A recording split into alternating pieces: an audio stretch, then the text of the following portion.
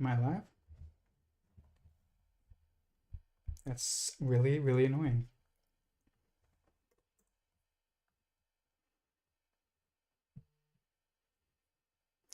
Um, by the way, to anybody who we just lost, uh, apparently I was kicked off because I don't own Jubilee.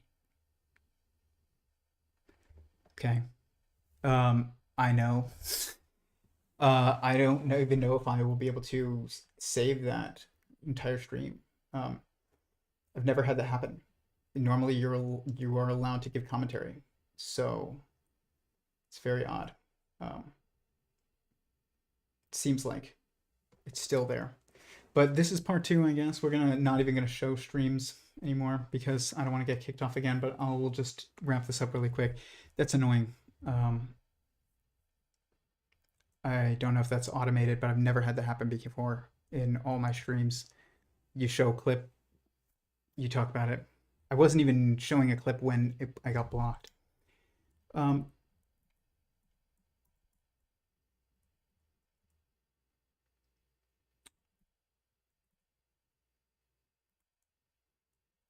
okay, well, I think we're just gonna call it, but I'll just end it on this because this is very important. It was literally the most important part of the entire stream. That's so annoying. Let me just make sure.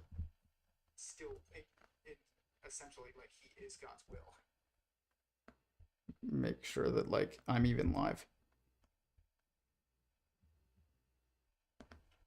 Because this is very important. It was literally the most important part. Yeah, let's just wrap this up.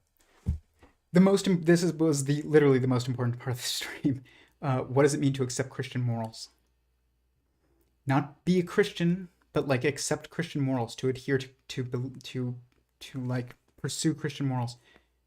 Now you have to look at Scripture, and it means you have to look at fundamentally what Jesus said as what is written and recorded about what he said in the Bible, and you have to believe that what he says about how we should act is the way that we should act. But because again, he's the definer of what it means to be Christian. But if you want to look even more, just look at the Christian Bible and the things that are said about how we should act. And there's lots of things. Women should cover their hair. Men should not cover their head in the church, which really means like don't be anonymous. And at least it means in part don't be anonymous. Like show yourself. Look at like how men act when they're anonymous on Xbox Live and on Twitter, and you will see why that is a prescription. And there's many other things. But if you want to reduce it down even more, what it means to follow Christian morals, look to the 10 Commandments. And those commandments are even more like specific and foundational prescription of Christian morals, distillation of Christian morals in there, right there.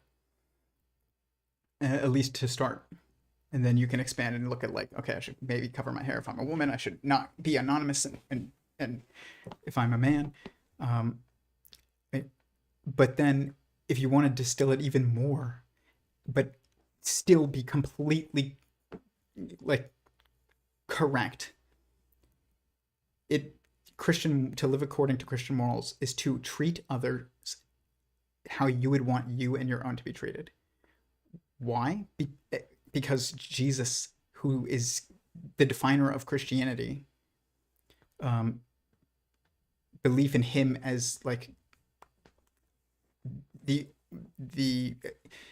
God's will incarnate, essentially, means like you should trust what he says. And he states that this is encompasses the entirety of the Bible. The entirety of the law is in this one statement: to treat others the way that you would want to be treated, and the way that you would want your own to be treated. That came from him, and it seems to encompass everything when you actually try and apply it. It does seem to lead you to basically everything else. I'd say that's Christian morals in a single statement, but like you can't. That's not enough to tell you. That's enough to start to deduce the rest. It's not enough to describe everything that you do, because it doesn't actually tell you to do anything. It means that you have to put yourself in context in order to like use that. It's like, what does it mean to treat somebody the way that you would want to be treated, or want your own to be treated? I don't know. Think about, you come across somebody, picture them as your son or daughter, or your wife or husband. How would you want them to be treated in a specific interaction that you're engaging with them? That's whatever the answer is, that's the answer of how you should behave in that circumstance. But you have to deduce it. You have to put the effort in if you're going to start with just that. But if you want to do a little bit less effort, 10 Commandments. If you want to do even less mental effort, then you actually have to memorize a lot more. You have to like look at all the other things in there. But that's it. That's Christian morals, is you have to look at the scriptures and what Jesus said. That it's very simple, actually. It's not like you have to aim up. I'm not saying he's wrong.